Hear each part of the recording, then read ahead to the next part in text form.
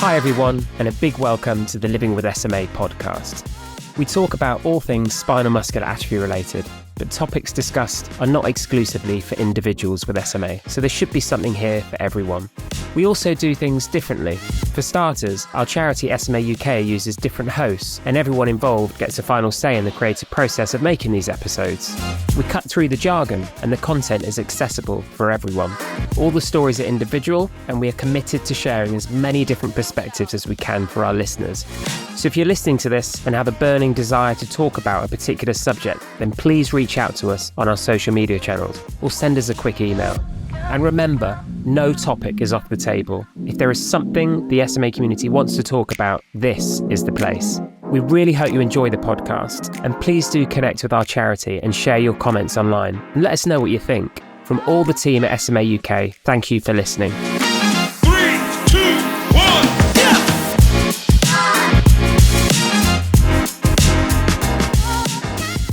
Hello everybody, and welcome back to a brand new episode of the Living with SMA podcast. We're back with a new episode. It's very exciting, and today's episode is all around university. It's that time of year, people are getting back in the swing of things, so we thought it's the perfect time to talk about uni. We're going to be talking about essentially university with a disability, and we're going to be doing this in two parts today. So part one, this episode, it's all going to be about those initial preparations, preparing for uni. We're going to be talking about the exciting side of uni, freshers, all that good stuff, and just the general kind of settling in, making friends, adjusting to this new way of life with some ongoing support as well. So that is going to be what we're going to be discussing today. And we've got a great team here to talk through this subject. So we'll start with some little introductions. I believe we've got a pair of besties on the show today, which is very exciting. So let's start with some intros. Just tell us who you are, where you're from. And I'd love to know a little bit about, in your intros, about what uni you went to, if you're happy to share, and what subjects you're studying. So let's start with you, Zoe, please. Sure. I mean, I dox myself on the internet about which university I go to, but I go to Henry Business School in Reading. I'm going into my fourth year, and I've just completed a placement year at Walt Disney Company in London. That was a really great experience that I got to do through going to university. I'm kind of going to my final year now, but I've really enjoyed my university experience. I live in halls, and I have done for 4 years. And I have a team of carers that live in the room next to me, not all at the same time, obviously, one after another, one shift. And it's been a great experience for me. Obviously challenging, but yeah, I've had a really good time. What about you, Mo? Okay, good to know. Well, we're going to be delving into all the good and the bad throughout this episode. Molly, can we have an intro from you, please? Yeah, so I'm Molly. I'm 21. I'm from Devon, and I go to university in Liverpool. I studied law with criminology, and I'm just going into my final year. I've had the same carer for the last 3 years, but currently in the process of kind of getting a new team of carers. So just going through like interviews and everything like that at the moment. But I'm moving back up tomorrow. So yeah, excited to start my new year. Nice. Okay. And I should probably just explain my involvement in this as well. I'm Ross. I'm the host for today, going to be guiding the conversation. However, I didn't go to uni. So all the questions I'm going to be asking you guys today, I am genuinely interested in, because I have very little knowledge of how it all works, essentially. Because when I left education, when I left college, I decided not to go to uni and go into employment instead. So yeah, this is a really fascinating subject today, and I'm looking forward to delving into it. I thought the best place to start, before we get into like the nitty-gritty heavy stuff, I think Freshers Week. Should we start with like the positive aspects, the party life? I'd love to know what your experience has been as individuals with disabilities experiencing Freshers Week. I'm already getting some laughs and smiles there, Zoe. So let's start with you. I don't think you're going to be particularly impressed with my party lifestyle. I'm much more of a kind of quiet person, I would say, in terms of like Freshers Week and stuff. So I really went to all of the kind of day stuff in Freshers Week. like societies and like the fairs and things. And I met like new people doing that and kind of through my flatmate and things. And I've only really started kind of going like doing more kind of freshery things, actually not in freshers year, kind of in my second and third year, especially being in London and things. So yeah, obviously, I mean, I always joke with my friends that I think university is a bit like a holiday camp, which is probably very, very studious of me. But it does feel like that when you wake up in the morning and you're like, what are we going to do today?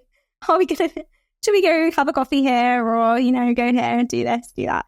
So I've definitely, I kind of love the social aspect of uni. Okay. And for those that don't know what Freshers Week is, I mean, in my head, I don't know the actual practicalities of Freshers Week. In my head, it's just like a week of partying. But what is the actual purpose of Freshers Week?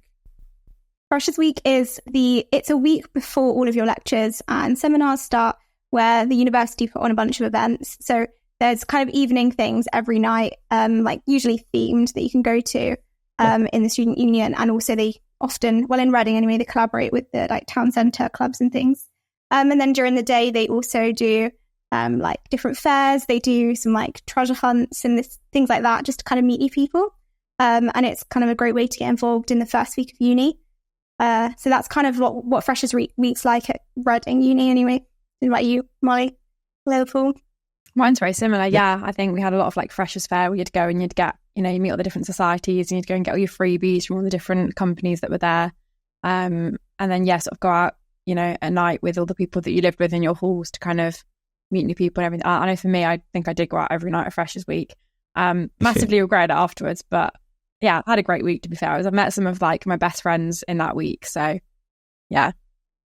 Yeah, I mean, to be fair, you had me at freebies, to be fair. I'm all over I spoke every year. Get the freebies. Yeah.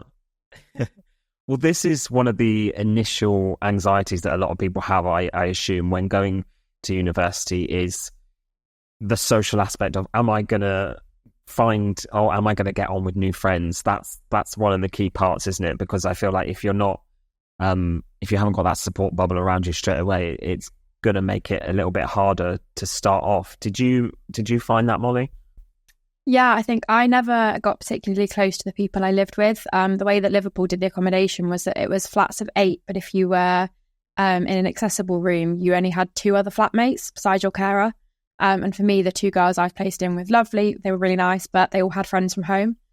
So I kind of never felt like I became close friends with them. So I met people kind of through some girl on my course arranged like a picnic in the first week and everyone went along to that. So I met some people there. And then things like the university held a big party on one of the nights. So I met a few people there. So I think I met people more through that way than actually people that I sort of lived with. I think obviously if you're in a bigger flat, it's a lot easier to meet people. I think people I was paired with just kind of already had mates. So I never became particularly close with them, but. Got ya. And Zoe, are there any kind of like standout memories or funny moments that really jump out to you when you think of Freshers Week? You know, any Freshers Week anthems or just anything that, you know, reminds you of those early day memories? I honestly don't. Can I just say something about the accommodation thing? Sorry to jump back. Sure. Just on the accommodation thing, I actually found the same thing with the accommodation. So I went to visit a couple of different unis and look around their accommodation. I visited Oxford Brookes, I visited, I believe, Bath and things like that as well. And that was something that was quite common with the flats, that any accessible flats, you'd be put in with just yourself or with other disabled people, which is obviously fine. But I think if you're trying to kind of integrate as best you can into that university, which is something that people really worry about doing, it's something just worth asking, because often the people who are showing you around the accommodation don't even consider it as a kind of a drawback. Whereas I actually chose Reading Uni because the accommodation flats, all of the flats in the area of my accommodation were accessible. So I knew I'd be able to go to flat parties in other flats. And also I knew that I would be integrated into a flat of 7 people rather than being by myself. So it is something to bear in mind if you're kind of looking for a university and you are able to go and visit. It's not something that kind of spotted and I was a bit concerned about. So So definitely, yeah, I had the same experience with you, Molly, looking around and just being like, The people, they kind of, the people that showed you around, they were very happy about the idea. They were like, oh, don't worry, you know, this flat will be so quiet, you know, you'll be completely undisturbed. And I was like, I want to be disturbed. I want to be disturbed. So, yeah, so that is definitely something. That's a really good point. Really, really good point, actually, because, yeah, that's the side of thing that people don't think. It's not just wanting your own room and your own flat to be accessible. You want other people's to be as well, so that you can go and join in. That's a really key point that I guess, yeah, like the organisers wouldn't have thought about. So let's continue the conversation of accommodation then, because this is a big sort of bugbear for a lot of people. It's a very important issue. How much research, Molly, did you have to do in advance when it came to picking a university and the accessibility in general?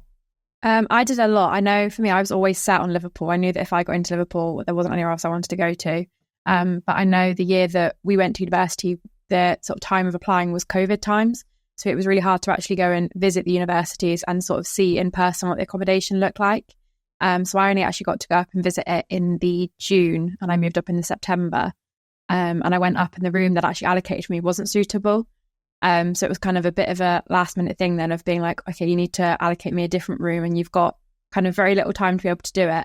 But I did do a lot of research because Liverpool has a lot of different halls, and they have a few that are kind of like a bus ride to and things like that. But for me, I knew that it would be a lot better if I was just kind of staying on campus, because it would make everything a lot easier. So yeah, it all worked out in the end, but it was a very much a last minute change to get the room that I actually needed. My room was great. I had sort of an adjoining carer room and everything like that. So yeah, it did work out in the end, but it was a bit, stressful for a minute because it wasn't looking very good. Yeah, and that's not the start you want, is it? Like, you're stressed enough with a lot going on. It's big changes. I think there's always going to be hiccups in things like this, but that's quite a big, your room is your space. That's your safe space. That's your sanctuary. You need that to be perfect, don't you? Yeah, completely. I think because I'd been allocated a room so much before everyone else had been. So in my head, it was all sorted, and they'd sent me pictures of it, and the pictures all looked great. And then it was only when I saw it in person, sort of a couple months before, we realised that it wasn't going to work. So yeah, they had to move a lot of things around, but it did get sorted in the end. So good. Glad to hear that. Well, we are talking about like the early preparations, because some of our listeners today may be in the process of looking at uni for the future, or they may be sort of in those early stages of starting themselves.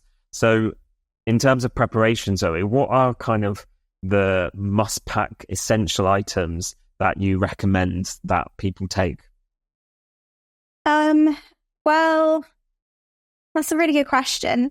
Obviously, the biggest thing is all of the equipment that we need. I think that's something that I found quite stressful, was to get everything sorted, and things pre-delivered to the room that needed to, be there, like electric beds and shower chairs and all that sort of thing that goes along with having SMA. I would say I didn't pack enough going out outfits, and I wish I had. So that's my top tip. Pack enough going out outfits and tops. What else? I think I think I would have made my room more homely, like from the beginning as well. Like, I know that sounds a bit silly, but I think it would have helped me settle in a lot better if I had kind of made my room my own. I think I've moved in and I felt quite out of place. I felt like I was living in someone else's, house. And I'm quite like a homebody, so I think I would have brought more decorations and things. I mean, now I have like probably 2 cars worth of decorations that need to be brought home at the end of like each year. So I might have gone a bit overboard, but I would have started earlier. I would have made it a bit more homely, because I think those first couple of weeks can just feel really stressful. And like you said, you want your room to be kind of like your safe place where you can go back to after, being out all day and things. So that's kind of something that I wish I'd like taken more of, or done more of, going out tops and decorations. I don't know. I like that though. No, it's really nice because it is a big life change and you're bound to be feeling homesick. So it's those little touches of adding your own little home decor or photographs, whatever it is you want to do, that really does make the difference. Molly, are there any kind of sort of uni life hacks or anything that springs to mind that you've kind of discovered over the years that has made your life a lot easier now being away from home? I found leaving a lot of stuff at uni over the holidays are quite helpful, because I think, especially being in a wheelchair, obviously it's hard to carry a lot of bags back on the train and everything on your own. So for me, I would always try and pack the least amount I could and leave as much as I could up in halls, because trying to get home on the train on my own, obviously it's a long journey from Devon to Liverpool, was a bit of a stressful experience. So I kind of, each time I came home, would bring a little bit more, so that when it did get to the summer holidays and I was there for 3 months, I had already got loads of stuff there.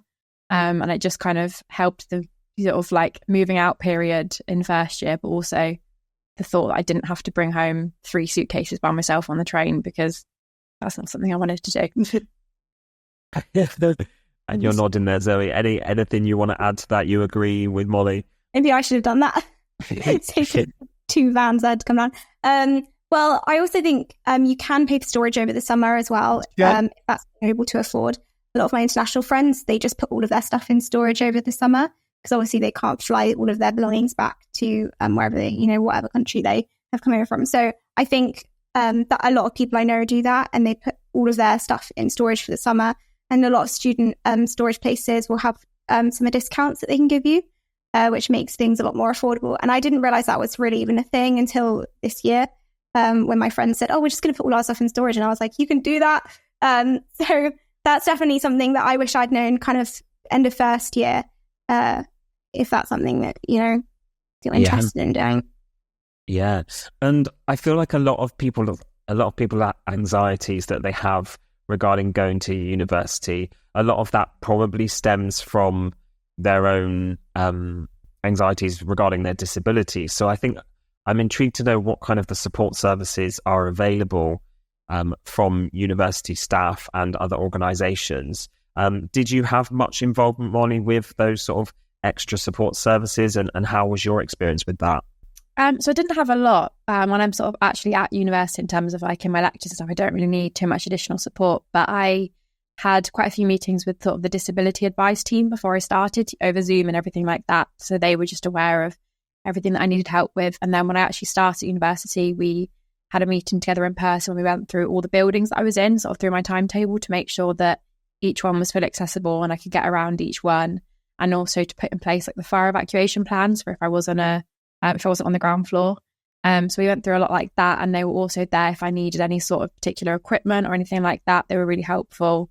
And we've got an actual sort of building in the university for just sort of the disability team that we can go to if we have any questions, which means you kind of get them answered straight away as well, which has been quite helpful, because a lot of them are disabled students that run the building, which is nice, because they obviously, again, are a little bit more understanding of what you kind of need. So yeah, I haven't needed a lot from them, but every time I have, even if it's just like a change in my exam conditions or something like that, they've always been really helpful and got it sorted really quickly. That's good to know. It's nice to know that the people in those positions are the people with the lived experience, and they're able to, understand and maybe support a bit more, with a bit more understanding. That's nice. How about in Reading, Zoe? Have you had much involvement with those sort of disability support services?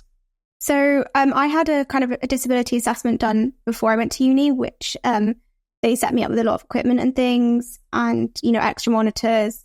And then also, I can't remember, but I believe the funding for note takers for lectures came for that as well. And Reading Uni actually sort all of that out themselves. Well, Henry Business School, Reading Uni sort all of that out themselves, which is very useful, because obviously if you have people in your team that maybe, if there's if there's vacancies in your team and you have bank PAs coming and things like that, it can obviously be difficult to have someone come and take notes for your lectures and things.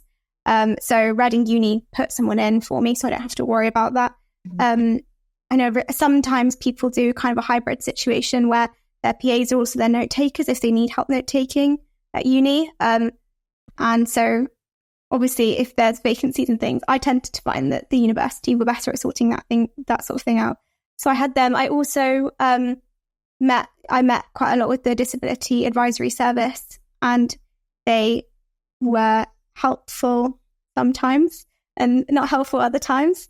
I think they are not run in Reading by students with disabilities. So sometimes I think maybe a little bit of miscommunication here and there. I'd found out in my third year that a building I'd been going into had no like fire escape lifts or anything for people in wheelchairs. And all of my timetable had to be rescheduled for my second year. So things like that, kind of miscommunications and things.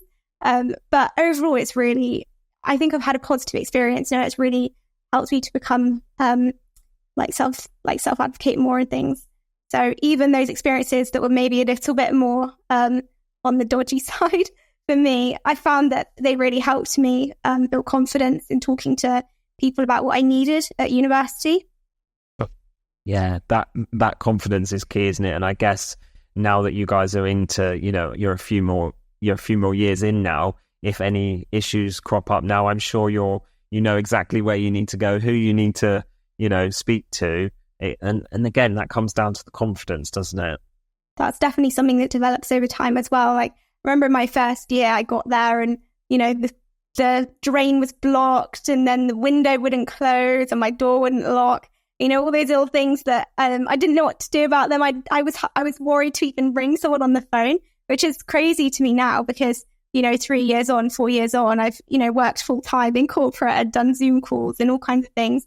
In my first year, I was just afraid to ring someone up to ask maintenance to come and, you know, fix something in my bathroom. So it is crazy the growth that going to university gives you, just confidence in sorting things out for yourself and being like a functioning adult.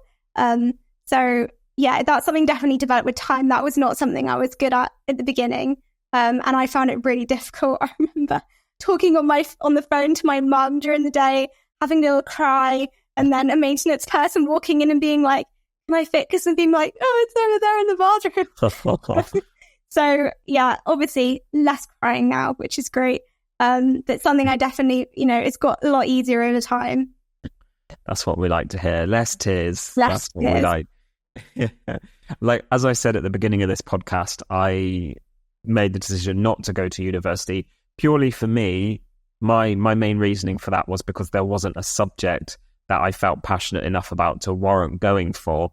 That was my kind of main reason. But I did go and look at a fairly local university for me, and I'll never forget like being shown around the room, and I just remember like the guide person telling us how like throughout the night, obviously a lot of youngsters partying, and when there's various alcohol and things involved, they would talk about how like the fire alarms would be going off in the early hours of the morning and everyone had to get out of bed and go and meet outside. I'm just like, I cannot be getting out of bed at like 3-4 a.m. in the morning because some drunk person has pressed a fire alarm like every night. I just remember that as a key moment.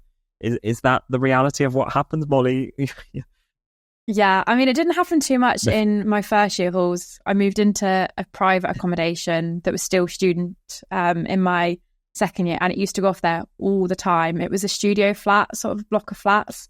So obviously your kitchen being in your room, anytime anyone cooked anything, anytime anyone left the tap on for too long, like an alarm would go off. And the amount of times we had to either evacuate or to get woken up at 3 a.m. in the morning because someone's alarm had gone off again was ridiculous. Oh, God.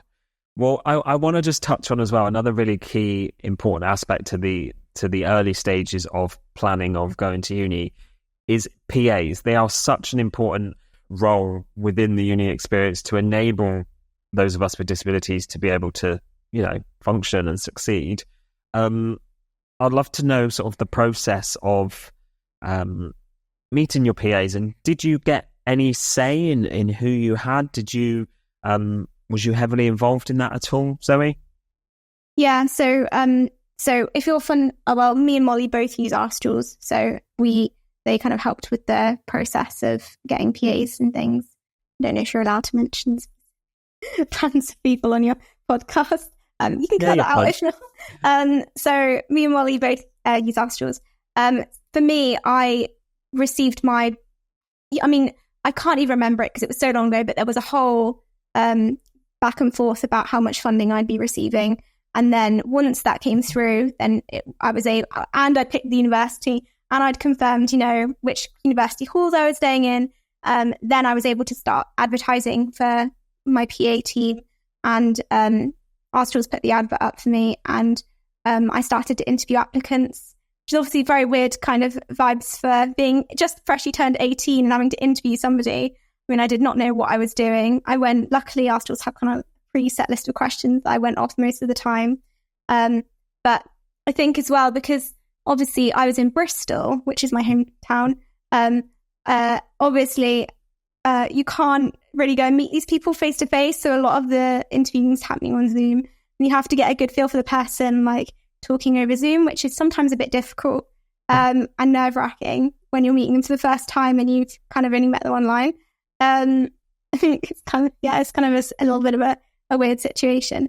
So yeah, I ended up employing a team, and I have 24-hour PAs. So I had probably 4 or 5 different people who I met for the first time on Freshers Week and started managing a team for the first. It was crazy, honestly. I'd never even really, I'd never obviously lived by myself, and then having to interact with strangers essentially for the first week of Freshers was quite a lot. I think Freshers in itself is a lot. Having to meet and be, around strangers is a lot. So I did find it really difficult. Obviously now, brilliant, works so well. But definitely in the beginning, it was a little bit unnerving, a bit challenging. Yeah, I think like anything in life, these changes they take time to settle, and now you're thriving. So it's just that prime example of getting through those initial stages, setting up your routine, building that relationship, and knowing what works and what doesn't to try and settle into that uni life. And Molly, I know earlier on you mentioned your PAs kind of had, was it a bit of like an adjoining room, and I guess that adds an added pressure of like essentially living as well with somebody and getting that support as well. How's the PAs at uni experience been for you? So I had a very different experience, I'd say, to Zoe, who had the bigger team. I started off with 2 people who were going to do a week on, week off, sort of 24 hours a day for that week, and then they would swap over. So yeah, I started off with 2 people. It didn't work out with one of them. We kind of just didn't really click. It just doesn't always work out. So I ended up actually Shannon, who did the full 3 years with me of my first part of uni, which was just amazing. She was my only PA kind of for the full time that I was there. And yeah, we became the best of friends. We had a really good time together, but she's actually just left. So I'm kind of going back to similar to what Zoe's doing now, where I have a slightly bigger team and go back to like the week on, week off situation. The hiring for PAs is a very long, bit of a stressful process. I currently have 1, but as I said, I move back to uni tomorrow, and she only works every other week, so not been fully sorted yet, but I'm hoping that we'll find someone good soon that can fill the other week. So absolutely. And these are the important subjects we need to talk about. This is the realities of life with a disability. There's obviously ups and there's obviously downs as well, and it's really important that we highlight these issues as well. So yeah, I really do appreciate you both kind of sharing your stories there.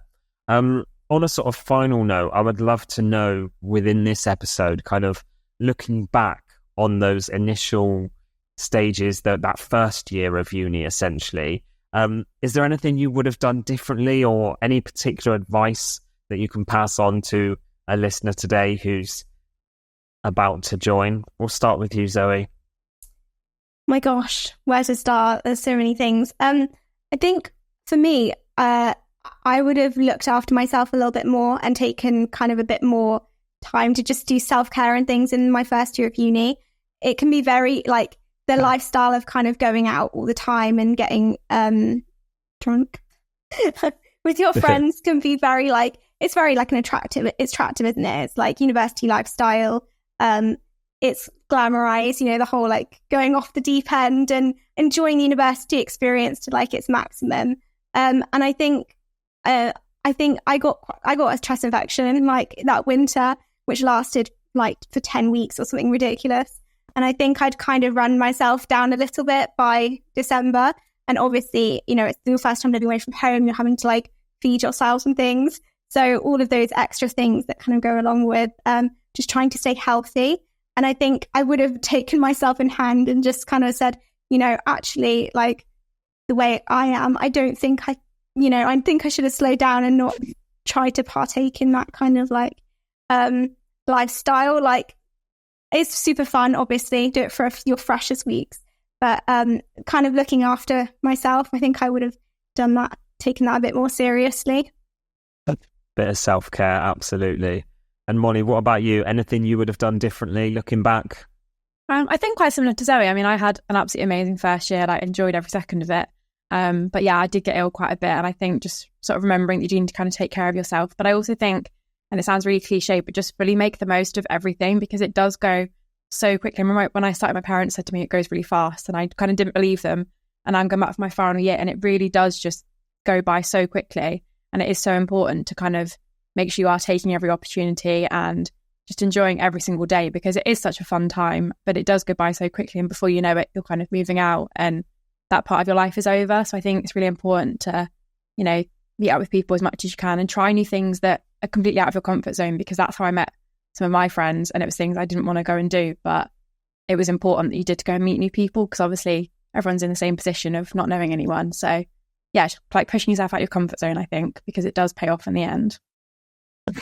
I like that. That's a really nice little touch there, and a great way to sort of round up this episode now, because yeah, I've really enjoyed sort of listening to both of your stories and hearing those sort of initial processes of, you know, your stories of joining university. And hopefully anybody listening out there today has sort of found a bit of comfort or just enjoyed listening to these stories. And there are people out there to support and listen to if you do need any extra support as well. You can always reach out to SMA UK. Thank you both for joining us today and having a chat. We are going to be continuing this conversation in a part 2 episode. So if you would like to join myself, Zoe and Molly, we will be recording another university-related episode. And in that next episode, we are going to be discussing sort of post-first year university. We're going to be looking into sort of the more future second year university. We're going to be talking about the process of going to lectures. We're going to be looking more in depth at housing and potentially moving out of, you know, those type of halls residence. We're going to be looking at transport as well and discussing that, a general life with a disability. And I'm sure Zoe and Molly have got more tips and advice to share. So yes, make sure to keep an eye out for that next episode coming up. We will see you very soon. Goodbye. You've been listening to the Living with SMA podcast. We hope you can join us again next time, but in the meantime, don't forget to like and subscribe so you don't miss an episode. You can find out more on our website at smauk.org.uk.